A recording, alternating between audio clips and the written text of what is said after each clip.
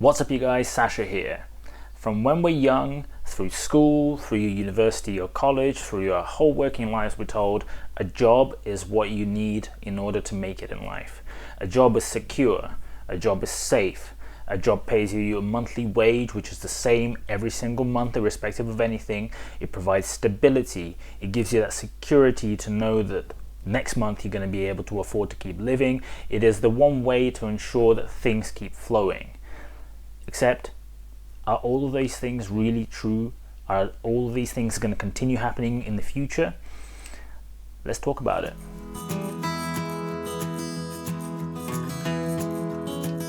First, let's talk about security of having a job. This is the point that most people make when they try to advocate you having a job throughout your whole life. They say, hey, working for a giant firm is secure. And certainly it used to be so some time ago.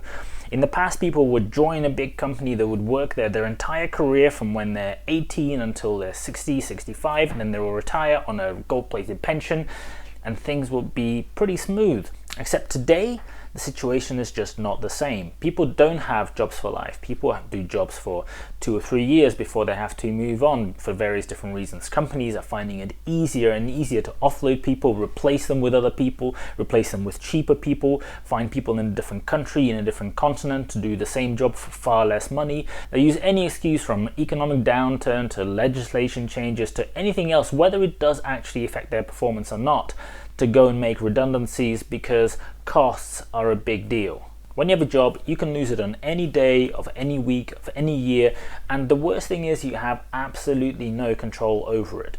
Not only that, but in many cases you won't know it's coming until it's way too late, until it's the moment that you are being told about it, or at best a few days before when you might be suspecting that something's happening. I've had this happen to me twice. Once when I was working for a bank during the last financial crisis, another time when I was working for a different company later on, and the truth is, no matter how senior you get, except for maybe if you're sitting at board level, you will not see it coming and you probably won't know it's going to hit you until it does. If you're looking over time, the general trend towards making redundancies, towards letting people go, towards streamlining the way companies operate is only increasing. Year on year, this is happening more and more. People are losing their jobs, having to go and find a new one. If you're working for yourself, you can't just lose your job. Now, you might lose some income, you might find it difficult at times, there might be other barriers that you need to overcome, but nobody can stop you from doing what you want to be doing because you're your own boss. Now, a lot of people will talk down to you and say, well, of course, working for yourself is not like having a real job, so of course there's nothing really to lose. But let's cover things one at a time. On the security front, having your own job is definitely actually better than working for somebody else. Now let's talk about income, the really big factor in whether you should work in a job, whether you should work for yourself.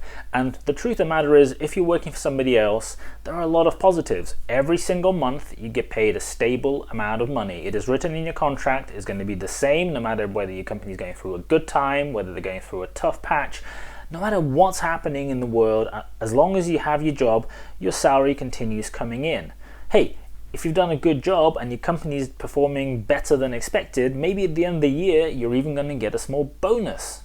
When you work for yourself, you don't have the same guarantee. You don't have any guarantee that you're going to make any money. And that is probably the biggest reason why people don't do it. This is probably the biggest reason why a lot of people tell you not to do it. And largely speaking, a lot of these people will not have ever done it themselves, hence why they advocate the thing they know, having a job.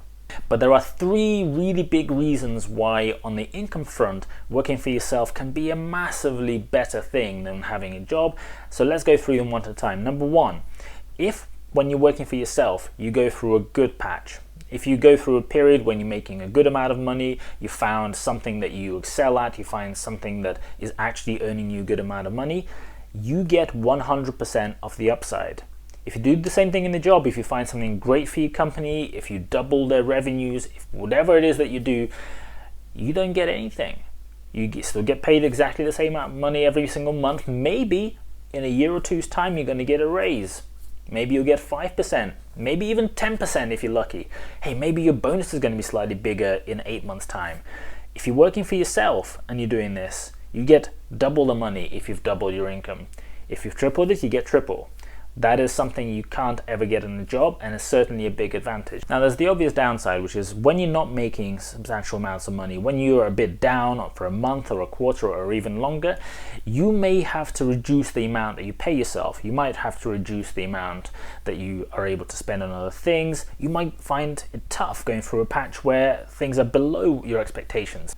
But that is the trade-off. Do you want to have 100% of the potential upside, or have none of the upside but reduce the risk of having some downside at some points along the way? The second major benefit is when you're working for yourself, you're able to structure as many different income streams as you like or as you have time for. You don't have to just stick to the one. When you have a job, most people have a regular full-time job, you are very constrained in terms of what else you can earn. You can't go and get a different job because you're already working the regular normal working hours for the first job. It's difficult to go and do things in the evenings or at weekends because you're tired. You're doing 35, 40, 42 and a half, however many hours a week in your regular job. How much time do you really have? If you want to do anything else in life other than work, and if you have a family, if you want to be able to go to the gym, any other commitments, it is incredibly difficult to find the time to go and do a whole other job on the side that will earn you an additional income. When you're working for yourself, you can be fluid with time. Nobody can tell you, hey, I have bought your time. Your time is worth that many dollars or pounds per hour, therefore you will do exactly what I tell you to do during the hours you've committed to working for me. When you're working for yourself, you have full control over your time. You can say, okay, this week I'm going to spend only half of the time I normally spend on this particular line of work that earns me X, and I'm going to invest the other half of the time into doing something else that earns me Y, or maybe doesn't earn me anything right now but will earn me something in the future. And that ability to diversify your time in terms of what you spend doing during that time can create one or more multiple income streams on top of your core one, and over time that can be an incredibly powerful thing. Remember when we talked about being stable right at the beginning? Well, hey, this is a considerably more stable way of living than having one job. With a one job policy, if that job goes, if you're made redundant, whatever, something out of your control is gone. 100% of your income is gone. You don't have anything to fall back on. If you have multiple different and completely separate revenue streams, if one of them goes, the likelihood is the other ones are still there. It is incredibly rare for completely different income streams to all go at the same time. So yeah, your income might reduce, but you're going to be in a position where you're always earning something, and that allows you to keep going. The third massive benefit that you can never get in a job is the fact that you have the feasibility of earning money passively. Now, by passively, I don't mean that you just get to sit around and watch the money roll in. That doesn't exist, that doesn't happen. But what you can do is you can set up income that doesn't depend on you spending a physical amount of time in exchange for a fixed amount of money. But whether you're doing a blog, YouTube, anything else that provides a long-term passive income, you can rely on that income even if you stop doing it for a period of time. Let's say for 1 week you don't write any blog posts. The stuff you've already written continues generating visitors, continues generating your revenue. The same goes for other passive income streams. And the best thing about them is in a situation where you lose one or two income streams somewhere else, these most often will keep on going week after week after week. Sure, their earnings might also reduce, but you're still going to be earning something. When you have a job, your only option is to exchange time for money that somebody's prepared to pay you in exchange for that time. Sure, they might pay for some number of days of holiday a year where you can go on vacation, but they'll never give you money on a continuous basis for month after month, year after year, without expecting anything in return after you've done an initial piece of work. That's something you can do when you work for yourself. The third big reason that people advocate having a job is the fact that you can progress through a career. You know, working for yourself doesn't give you the same kind of career path. You don't go and progress from being a junior person in a company through to being an analyst, to being a manager, to being a senior manager, a head of, a director, a whatever it is that you want to be. That path is only available if you're working in a job. But there's a few problems with this. Problem number one is, how many high-paid jobs are there in companies versus low-paid jobs? The truth is, if you're beginning to look at sort of director level or higher in most companies, the ratio of people who have those jobs to the people below is very low. There is often one director for I don't know, 100, 200, sometimes even more people in the company. So you have to be that 1 in 200, 1 in 300 person just to be there. Just think about that for a second. Do you think that everyone below that level is dumb? Are they not qualified? Are they not good enough? No, there's a lot more to it than that. Not everything to do with progressing through careers to do with your skill and experience. There's a lot of circumstantial situations. There's a lot of places where you have to be in the right place at the right time, and if you're not, by accident, you won't get that promotion. And at the end of the day, even if you do progress through your career, you are still exchanging time for money, and you will never get away from that. Sure, your exchanging time for money might go from earning 20,000 or 30,000 a year up to earning 100,000 a year, maybe 120, maybe even 150,000 a year if you're in a well-paid job in a good kind of industry. But the truth of the matter is, you will never go to 250,000 or 500,000 or more when you're working in a job. It is impossible. There is a ceiling that you will never be able to break because nobody's going to pay you more than that for working in a job.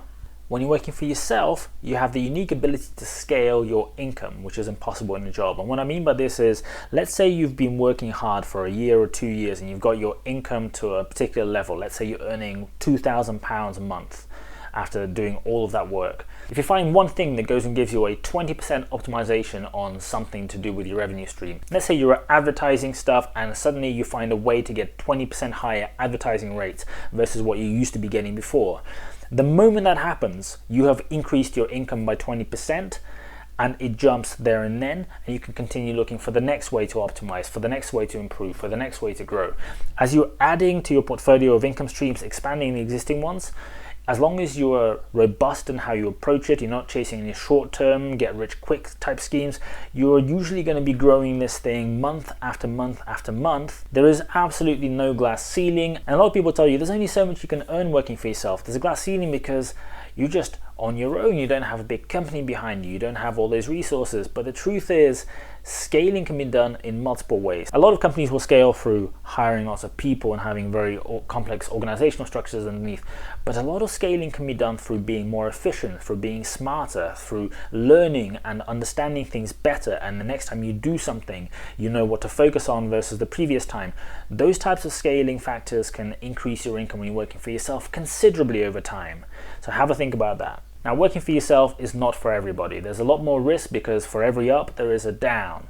When you're working for yourself, you don't have any guarantees. If things don't go well, you don't get paid. If you're not earning money, you don't get paid.